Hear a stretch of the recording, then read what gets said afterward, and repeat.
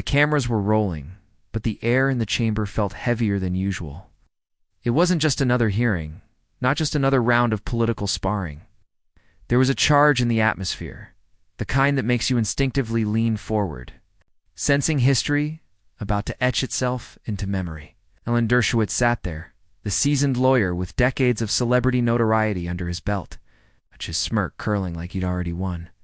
He leaned toward the microphone, savoring the moment, eyes locked on the younger congresswoman across from him. Jasmine Crockett sat poised, shoulders back, expression calm but unreadable. She wasn't fidgeting. She wasn't glancing around the room. She was still. Its stillness carried weight, a quiet signal that she wasn't here to play by anyone else's script. But Dershowitz didn't see it. He saw only what he always saw, an opponent to out-talk, to outshine. To reduce with the sharp edge of his words, he began with the tone of a man telling a joke he'd rehearsed, his voice dripping with condescension. "Congresswoman," he said, "I know you're new to the complexities of constitutional law. Allow me to enlighten you." A ripple went through the room. Not laughter exactly, but that nervous energy that comes when a line is crossed and no one knows how the target will respond. The smirk on his face widened. This was his theater, his familiar role, the elder statesman, the intellectual gladiator, the man who believed he could turn anyone else into a footnote. He thought Crockett would stumble, maybe stammer, maybe lash out in frustration. And in that split second, he believed the cameras would capture her weakness and immortalize it for headlines. But Crockett didn't flinch. Her eyes stayed steady, her lips curled, just slightly, almost imperceptibly. It wasn't the smile of someone amused. It was the smile of someone holding a truth she hadn't yet unleashed. The silence stretched, and it was Dershowitz who shifted. First, leaning back as though he expected her to fumble for words. The audience at home didn't know it yet. But the balance of power in that room was already shifting. What happened next would not be the humiliation Dershowitz expected. It would be something far more unforgettable, something that would leave even him struggling for words. To understand why this moment carried such weight, you have to see beyond the chamber itself. This wasn't just a clash of two personalities. It was the collision of two Americas. On one side sat Alan Dershowitz, Harvard pedigree polished into a brand. Decades of legal triumphs and controversies alike wrapped around his name. He was a man who relished the spotlight, who thrived on television panels and lecture halls, who treated arguments as sport and opponents as pawns. Too many. He embodied the untouchable establishment, the white-haired professor whose authority seemed unquestionable. On the other side was Jasmine Crockett, freshman congresswoman from Texas, a woman who had clawed her way into politics by sheer force of will and relentless truth-telling. She was the daughter of a working-class family, an attorney who had fought in courtrooms for the marginalized, the overlooked, the silenced. For her, words weren't sport. Words were survival.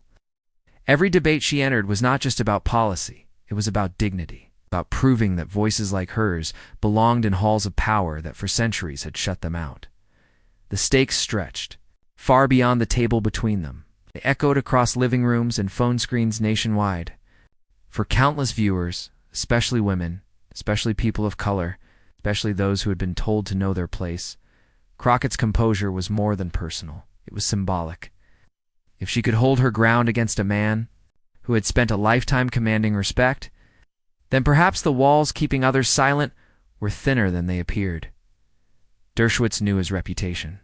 He knew that when he leaned into that microphone, America expected him to dominate. He had built a career on it. His fans tuned in to watch him dismantle adversaries. His critics tuned in, waiting for arrogance to trip him up. Either way, he commanded the spotlight, and he was certain this young congresswoman would crumble under the weight of his experience.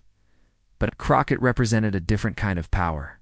She didn't carry the centuries-old armor of institutions. She carried the scars of having to prove herself again and again. That armor was forged in late nights, in closed doors, in rooms where respect had to be demanded rather than given. And in this moment, in front of the cameras, she carried it quietly. With a stillness that unnerved the veteran across from her, the tension in the room wasn't only about their words, it was about what America was watching unfold. Was the old guard untouchable, or could a new generation dismantle arrogance without even raising their voice? Crockett's smile, small, steady, unshaken, was more than a personal gesture. It was a mirror reflecting a deeper truth, that power doesn't always roar. Sometimes it waits. Sometimes it breathes. And sometimes it lets arrogance write its own downfall, as Dershowitz adjusted his papers, certain he had seized the upper hand. He had no idea that the trap he thought he was setting was already snapping shut around him. The silence after his condescension wasn't weakness, it was preparation. The air had shifted, though he hadn't noticed, and when he tried to push harder, to corner her with one carefully sharpened remark, he set into motion a response that would not only silence him, but ripple far beyond the room. What came next wasn't just a rebuttal, it was a reckoning. To understand why Alan Dershowitz walked into that room with such confidence, you have to rewind decades. His name was carved into the American legal imagination long before Jasmine Crockett ever stepped into politics. The Harvard law professor who sparred with presidents, who advised controversial figures, who relished the storm as much as the courtroom. Dershowitz wasn't just a lawyer, he was a brand. His voice was sharp, his arguments crisp, his manner unshakably self-assured. He had built his career on the idea that intellect could overpower anything. On talk shows and in courtrooms, he wielded words like weapons, slicing through opponents with surgical precision. For years, that worked. He defended clients many wouldn't touch, standing at the center of some of the most polarizing trials of the modern era. That notoriety made him famous, infamous, and, in his mind, untouchable. But fame carries shadows. With notoriety came controversy, and Dershowitz seemed drawn to it as if it were oxygen. Critics pointed to the moral contradictions in his career. The man who once championed civil liberties later found himself aligning with figures of power who seemed to trample those very ideals. Admirers called it courage. Detractors called it opportunism. Either way, the cameras followed. He never backed down, never admitted weakness, never allowed himself to appear rattled. And that image, the unflappable, intellectual, the professor who always had the last word, hardened into his armor. To face Dershowitz was to face not just a man, but the aura of authority he had spent decades projecting. Politicians stumbled before it, pundits hesitated. Even seasoned debaters found themselves tripping over words as he leaned back in his chair, smirking, waiting to pounce. That was his power, the performance of inevitability, the sense that no matter what you said, he would twist it, redirect it, and claim victory. He thrived on spectacle, knowing that audiences often remembered the performance more than the substance. By the time he faced Crockett, he had every reason to believe history would repeat itself. Here was a congresswoman barely making her mark on Washington, as compared to his decades of courtroom battles and television appearances. She was supposed to be an easy opponent, someone to be dispatched with a few clever lines, maybe a bit of patronizing charm. But beneath that smirk lived something else, something harder to admit: fear of irrelevance. For all his bravado, Dershowitz knew the times were shifting. The America that once revered the professor at the lectern was giving way to an America hungry for authenticity, for voices unafraid to challenge the elite. His presence in this chamber wasn't just about principle, it was about holding on to a spotlight that was slipping from his grasp. And so, leaned into what he knew: arrogance as armor, condescension as weapon. He believed that belittling Crockett would reaffirm his dominance, prove that the old ways still commanded respect. That's why he chose his words carefully, lacing them with insult disguised as wisdom. He was performing for the cameras, yes, but also for himself, reassuring the man in the mirror that he still had it. What he didn't see, or maybe refused to see, was how the world around him had changed. The same tone that once drew applause now drew side-eyes and scoffs. The smirk that had once charmed audiences now read as smugness. And the professor, who once seemed invincible, now looked like a relic, clinging to authority in a room that was no longer his. This was the contradiction that defined Alan Dershowitz, brilliant yet blind, confident yet brittle. A man so wrapped in his own legacy that he couldn't recognize when the ground beneath him had shifted. To him, this confrontation was just another stage to remind America who he was. But to the millions watching, it was an audition he didn't realize he was failing, and so, as he settled back in his chair, believing he had set the terms of battle, he didn't notice the silence stretching too long, didn't notice the way Crockett's smile lingered, the way her stillness gathered force. He didn't notice that his arrogance was no longer intimidating, it was exposing him. For decades, his opponents stumbled before him. This time was different. This time, he had walked into a trap of his own making. He wouldn't realize it until it was far too late. Jasmine Crockett did not arrive in that room with a silver spoon or an army of mentors clearing the path for her. She came carrying stories written in sweat, late nights, and endless battles that most Americans will never see. Her presence at that table was not a fluke of politics. It was the culmination of a life spent refusing to be silenced. Born and raised in St. Louis, she understood from an early age what it meant to be underestimated. She wasn't the heir to dynasties, wasn't wrapped in the protective cloak of elite institutions. She was a young black girl who learned quickly that if you wanted your voice heard, you had to raise it higher than those determined to drown it out. She carried that fire into adulthood, channeling it into the law. As a civil rights attorney in Texas, Crockett carved her reputation in courtrooms far from the cameras. She defended those who couldn't defend themselves, the clients. Too poor, too overlooked, too forgotten by a system that pretended to serve them equally. Every case was uphill. Every victory was hard-won. But each one etched resilience deeper into her bones. She didn't just learn the law, she lived its inequities, and that experience armed her with something far more powerful than citations. In precedence, it gave her authenticity. Her path into politics wasn't born of ambition for titles.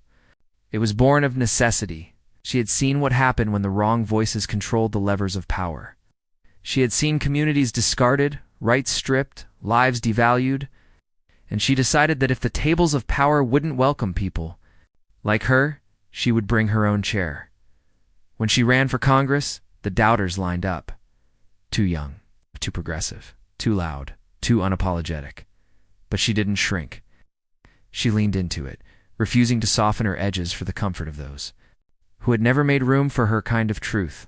Against the odds, she won. And with that victory, she carried the weight of every person who had ever been told they didn't belong. So when she entered that chamber across from Dershowitz, she wasn't walking in as an untested freshman. She was walking in as the product of a lifetime spent in battle. Every smirk she had endured, every patronizing lecture, every attempt to box her into silence had forged her resolve sharper. She was used to men like him, men who believed power belonged to them by birthright, men who mistook arrogance for authority. But unlike many who had crossed his path, Crockett didn't need to match his volume or play his game. She had built her strength in different arenas. In the neighborhoods where she worked, there was no luxury of theatrical debate. There were lives at stake, families on the brink. She learned that the most powerful weapon in the face of arrogance was not to mirror it, but to expose it with dignity. That was her quiet superpower. Where others saw fragility and composure, she knew it was steel. Where others mistook calm for submission, she wielded it as strategy. She had learned that sometimes the strongest answer isn't shouting back, but letting arrogance reveal its own emptiness. And so, when Dershowitz leaned in with his smirk, assuming he could write her role in this play, Crockett sat still. That stillness was not hesitation, it was control. It was the posture of a woman who had fought battles long before cameras were watching, and who knew how to wait for the right moment to strike. Her story mattered because it reframed the confrontation. To Dershowitz, this was another performance. To Crockett, this was legacy. She was carrying the weight of those who had never been invited to these tables. And when he tried to belittle her, he wasn't just speaking to her, he was speaking to every person who had ever been dismissed, diminished, or told they weren't qualified enough.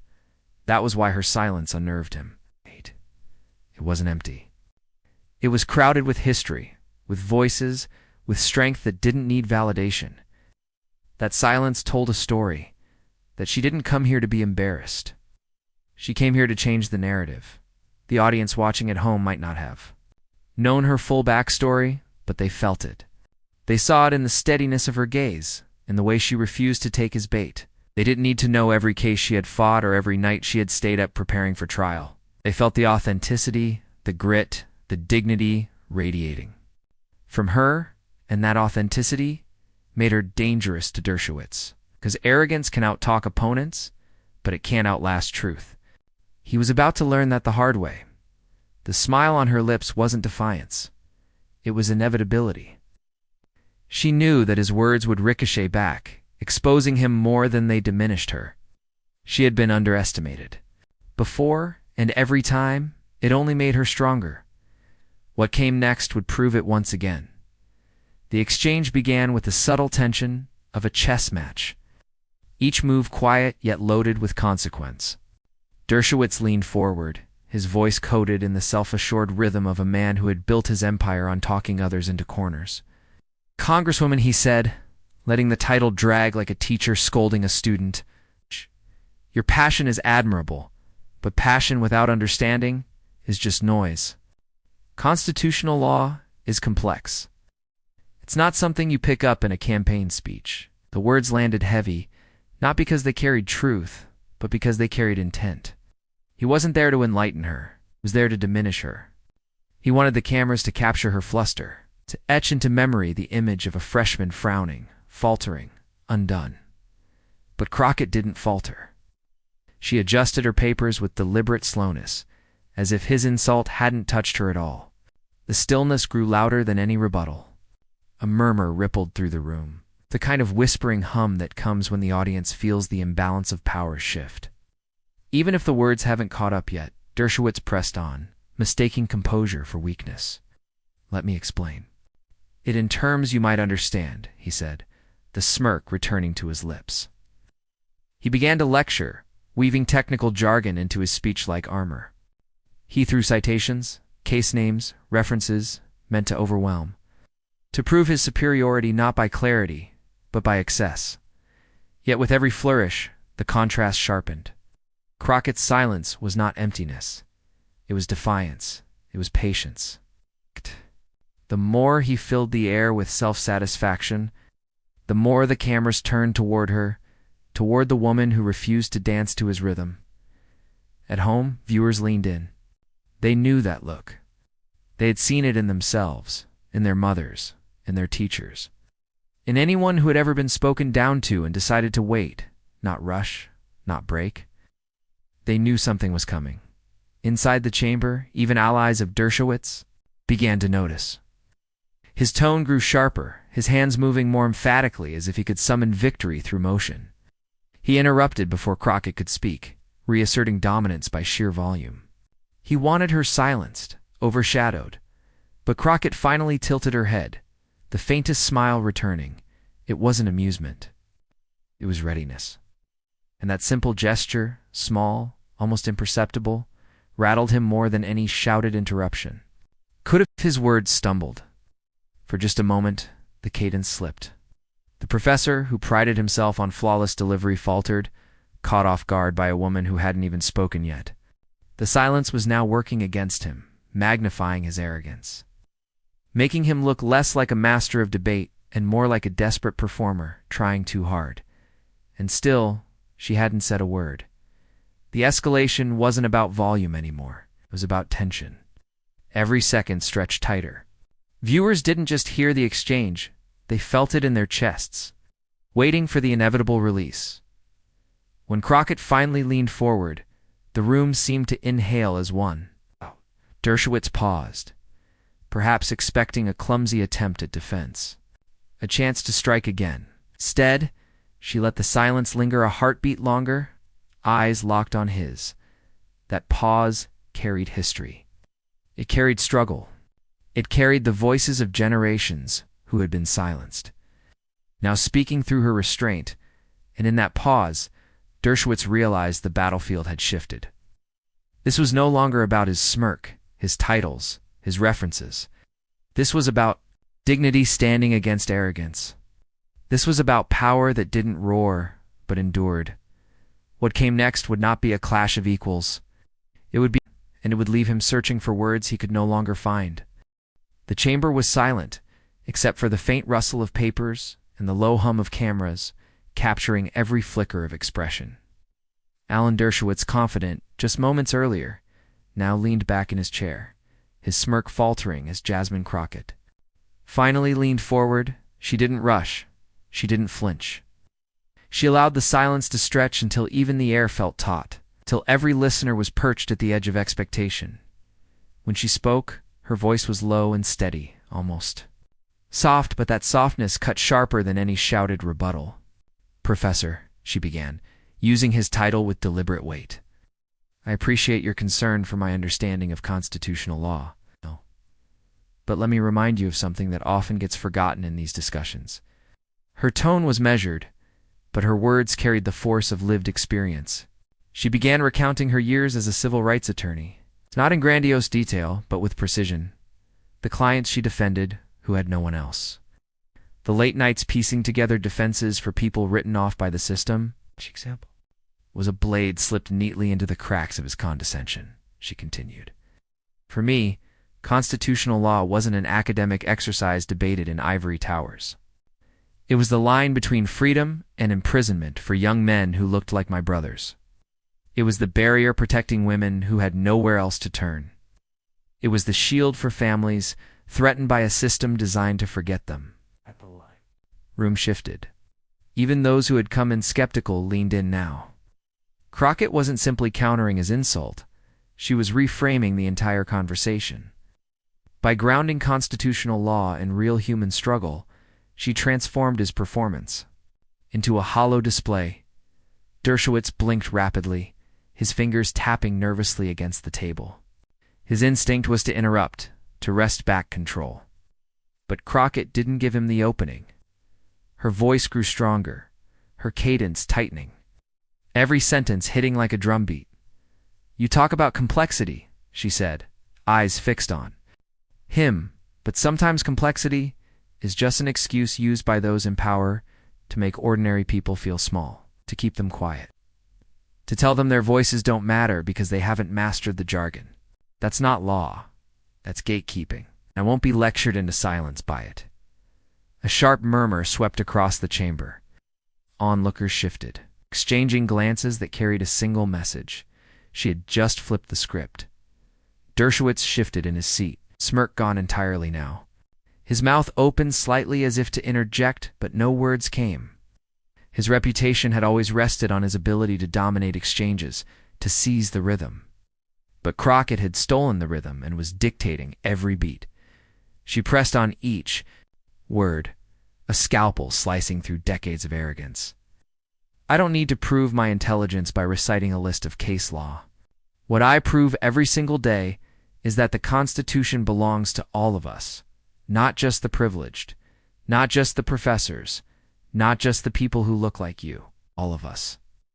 The crowd inhaled as one, the chamber vibrating with the energy of her declaration. Crockett had not raised her voice, yet the weight of her truth thundered louder than anything Dershowitz had said. Then came the moment, the line destined for replay, for hashtags, for the endless churn of social media. She leaned in just slightly, her eyes unblinking, her smile calm and devastating. "So if you came here today thinking you could embarrass me, Professor, I'm afraid the only embarrassment happening in this room is yours." The words hung in the air like a bell's toll. For a full beat, there was only silence. Dershowitz's face stiffened, his eyes darting toward the cameras as if searching for refuge. But there was none. The performance he thought he controlled had slipped through his hands, transformed into a spectacle where he was no longer the commanding intellect, but the man who had just been dismantled without Crockett ever raising her voice. The chamber erupted in murmurs, some gasps, even muffled laughter. Crockett leaned back, not gloating, not pressing further, but letting the weight of her statement settle. It was a masterclass in restraint. She had delivered the blow and now allowed the silence to amplify it. Social media feeds lit up in real time. Clips circulated before the session even ended, captions blazing across screens. Crockett silences Dershowitz. Embarrassment backfires. This smile ends him. The hashtags trended, the memes poured in, her composure became the symbol. His silence became the punchline. Dershowitz tried to recover, clearing his throat, fumbling with his notes. But every word he attempted sounded smaller now, diminished in the shadow of her mic drop. His armor, the smirk, the condescension, the endless citations had been stripped away by the simplest of weapons. Truth delivered with dignity. Crockett didn't need to keep striking. She had already won. Instead, she shifted the focus. Outward, widening her message. "This moment isn't about me or you," she said firmly. "It's about the people watching, the ones who've been told they don't belong at this table. To them I say, don't let arrogance silence you. Don't let titles intimidate you. You have a voice, and it is powerful." Applause broke out, restrained at first, then stronger, despite the formal setting. Even those who weren't predisposed to her. Politics couldn't deny the spectacle they had just witnessed. Dershowitz lowered his gaze, his silence louder than anything he could have said. And for perhaps the first time in his career, he looked not like the man who commanded the stage, but like a relic, overshadowed by a voice that represented the future. Crockett's calm smile remained, a quiet punctuation mark on a moment that would be replayed for days, weeks, perhaps even years to come. And as the session moved forward, the cameras didn't linger on Dershowitz anymore. They followed her, because everyone knew what had just happened. But beyond the applause, beyond the trending hashtags, something deeper had shifted. A generational torch had been passed in real time, and the message was unmistakable. The age of condescending lectures was over. The age of composure, authenticity, and truth had arrived. What followed in the hours and days after would prove just how far that ripple would spread. The moment the gavel struck to adjourn the hearing, the battle didn't end. It only transformed. What had begun as a clash inside a committee room now spilled into the bloodstream of American discourse, racing through social media feeds, television panels, and dinner table debates. Within minutes, the clip of Jasmine Crockett's calm dismantling of Alan Dershowitz was everywhere. On Twitter, it was packaged in bite-sized bursts of triumph. Jasmine Crockett just ended Dershowitz with a smile. Textbook example of dignity defeating arrogance. Hashtags surged, carrying her words far beyond the walls of Washington. TikTok stitched her declaration into montages set to triumphant music. The line, "The only embarrassment happening in this room is yours," replayed like a chorus. For progressives, it was vindication. For years, they had watched establishment figures weaponize credentials, smirks, and titles to belittle challengers. Here, finally, was a reversal. A woman of color, calm and unshaken, not only resisted but completely overturned the imbalance. Comment sections lit up with cheers. "This is why representation matters. She spoke for all of us who've been told we're not enough." Meanwhile, conservative commentators scrambled. Some dismissed the exchange as grandstanding. Others tried to reframe Dershowitz's silence as gracious restraint. But the viral nature of the moment made their task nearly impossible. Once the internet had decided something was a humiliation, it was cemented. Every attempt to soften the blow only seemed to confirm the power of Crockett's composure. Cable news picked it up within hours. Progressive anchors replayed the clip with visible excitement, their voices rising as they contextualized what it meant in a country grappling with generational and cultural divides. "This wasn't just about one congresswoman and one professor," one anchor said. "This was about who gets to hold authority in America and who refuses to be silenced." By it, late-night comedy shows found fertile ground. Monologues opened with Dershowitz's stunned expression, frozen mid-reaction, plastered beside Crockett's calm smile. Audiences roared as comedians quipped. You can practically see the Harvard law degree shriveling on the spot. It was ridicule, yes, but ridicule with teeth, the kind that ensures a moment enters the collective memory. In community centers and coffee shops, the conversation went deeper. Crockett's response wasn't just viral, it was personal. For immigrants working double shifts who had endured dismissive bosses, for young students told their ideas were naive, for women whose intelligence was questioned in male-dominated rooms, the image of her sitting tall, smiling calmly, while arrogance collapsed in on itself, was more than entertainment. It was fuel. The emotional resonance stretched far. A Latina organizer in California posted, "I showed my teenage daughter this clip tonight. I told her, this is how you face the world when they try to belittle you." In Brooklyn, a college professor wove Crockett's words into her lecture on civic participation, framing it as an example of lived democracy in action. Across TikTok, young activists' lips inced Crockett's lines. Each performance a declaration of solidarity. But the ripple effect wasn't confined to the progressive bubble. Even centrists and skeptics admitted the optics were undeniable. Moderate columnist wrote, "Whatever you think of Crockett's politics, this was a generational performance. She reminded us that politics isn't only about policy, it's about presence." Dershowitz, for his part, attempted damage control. He issued a statement to a sympathetic outlet, insisting the exchange had been mischaracterized and that he had allowed Crockett to speak her piece out of respect.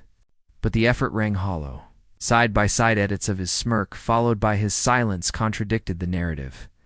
The internet had already written the story. No press release could overwrite it. More importantly, Crockett didn't seize the moment for personal gloating. Instead, she used her newfound visibility to elevate broader causes. In interviews, she deflected questions about owning Dershowitz and redirected the spotlight to voting rights, economic dignity, and representation. "This isn't about me embarrassing anyone," she said firmly. "It's about making sure every person knows their voice matters." That pivot transformed her from viral star to principled leader, ensuring the story wouldn't fade as just another internet clip. The stakes of the confrontation had now multiplied. Crockett's name trended nationally. Donations to her campaign spiked, and progressive organizations highlighted her as the face of fearless dignity in politics. Meanwhile, Dershowitz's silence became a meme shorthand for defeat, a cautionary tale of arrogance undone not by rage, but by calm conviction. And yet, the most striking aftermath wasn't found in headlines or trending hashtags. It was in the quiet spaces, the text messages between friends, the whispered encouragements between coworkers, the private reflections of people who saw in Crockett's composure a mirror of their own struggles. She hadn't just won a debate. She had given millions a language for resilience. As the storm of reaction continued to swirl, one truth was undeniable. Something had shifted. A cultural line had been crossed. The old pattern where establishment voices dominated and challengers were expected to bow had cracked. The torch was visible now, passed in real time, and the question on everyone's mind was simple. What would this moment unleash next? In the days after the exchange, when reporters pressed Jasmine Crockett to gloat about her viral triumph, she refused to indulge them. There were no victory laps, no cheap one-liners at Dershowitz's expense. Instead, she leaned into something deeper, the message behind the moment. This was never about embarrassing anyone, she told one interviewer. It was about showing that dignity doesn't have to bow to arrogance. It was about reminding people that calm truth has a strength of its own. Her words landed with the same weight as her performance in the hearing. In an era where political life often devolves into shouting matches and viral sound bites, Crockett's insistence on dignity cut through the noise. It reframed the entire incident not as a clash of egos, but as a lesson in values. For those who had cheered her on, this moral clarity only deepened their respect. Teachers shared her quote with classrooms, using it to spark discussions about leadership. Faith leaders echoed her tone from pulpits, weaving it into sermons about humility and truth. The moment had transcended politics. It was now a parable about how to carry oneself when faced with condescension and cruelty. Crockett emphasized that her composure wasn't about personal pride, but about responsibility. When people try to belittle you, they're really trying to plant a seed of doubt, she explained. If you respond with anger, you water that seed. But if you stay grounded, if you remember who you are and why you're here, that seed can't grow, her voice steady and unwavering. turned the confrontation into a metaphor for resilience itself, and that was what resonated most. Across the country, people who had endured dismissal, the student overlooked by a professor, the immigrant worker brushed aside by a boss, the woman interrupted in a meeting suddenly had a new touchstone. Crockett's calm defiance wasn't just a spectacle. It was a model of self-respect, proof that composure could itself be revolutionary. Even among skeptics, there was grudging admiration. One conservative commentator admitted, "I don't agree with Crockett's politics, but I can't deny she carried herself with strength. She didn't flinch. She didn't take the bait. That's leadership." Her response carried an implicit warning, too, that arrogance, no matter how polished, is brittle when it meets authenticity. Dershowitz long resumed, his decades of prestige and influence, all crumbled in the face of one unshaken truth, spoken with calm certainty. In Crockett's telling, this wasn't just a personal duel. It was a microcosm of the struggle for America's future. Whether the nation would cling to old hierarchies of power or embrace a new standard, rooted in respect and dignity, she didn't shy away from that framing. In a speech to supporters, she declared, "Every time someone tells you you don't belong, every time they try to silence your story, you have a choice. You can accept their judgment, or you can stand firm and let your truth speak louder than their arrogance. That's what this fight is about. Not me, not him, but all of us." The audience erupted, not just in applause, but in recognition. People weren't simply hearing a politician defend herself. They were hearing their own experiences reflected back with power and clarity. The moral wasn't complicated, but it was profound. Dignity outlasts arrogance. Truth endures longer than insult, and calm conviction will always be more powerful than condescension. The story had begun as a fiery exchange in a committee hearing, but by reframing it, Crockett transformed it into something universal. She gave people a way to see themselves not as victims of dismissal, but as heirs to resilience. Her confrontation with Dershowitz wasn't just political theater. No. It was a lesson in how to meet the world's disdain with quiet, unshakable strength. And yet, the resonance of that lesson left one lingering question hanging in the air. If a single moment of composure could ripple across the nation like this, what could an entire movement grounded in dignity accomplish? And so we return to that moment, the instant Alan Dershowitz, armed with decades of prestige and a sharpened tongue, tried to embarrass Jasmine Crockett. He expected hesitation, maybe a stumble, maybe a retreat. Instead, what he got was silence. Not because Crockett faltered, because her response left him without a word to stand on. That image, Crockett steady, resolute, unshaken, has become the heartbeat of this story. It isn't just about who won an argument in a hearing room. It's about what it means to carry yourself with dignity in a world that constantly tests it. Crockett showed us that sometimes the greatest victory isn't the loudest clapback, but the unflinching calm that leaves arrogance collapsing under its own weight. For anyone who has ever been underestimated, interrupted, or dismissed, her response is more than a viral clip. It's a reminder you do not have to play by the rules of the people who belittle you. Your truth, your composure, your very presence, those are weapons far more powerful than their insults. That's why this story matters.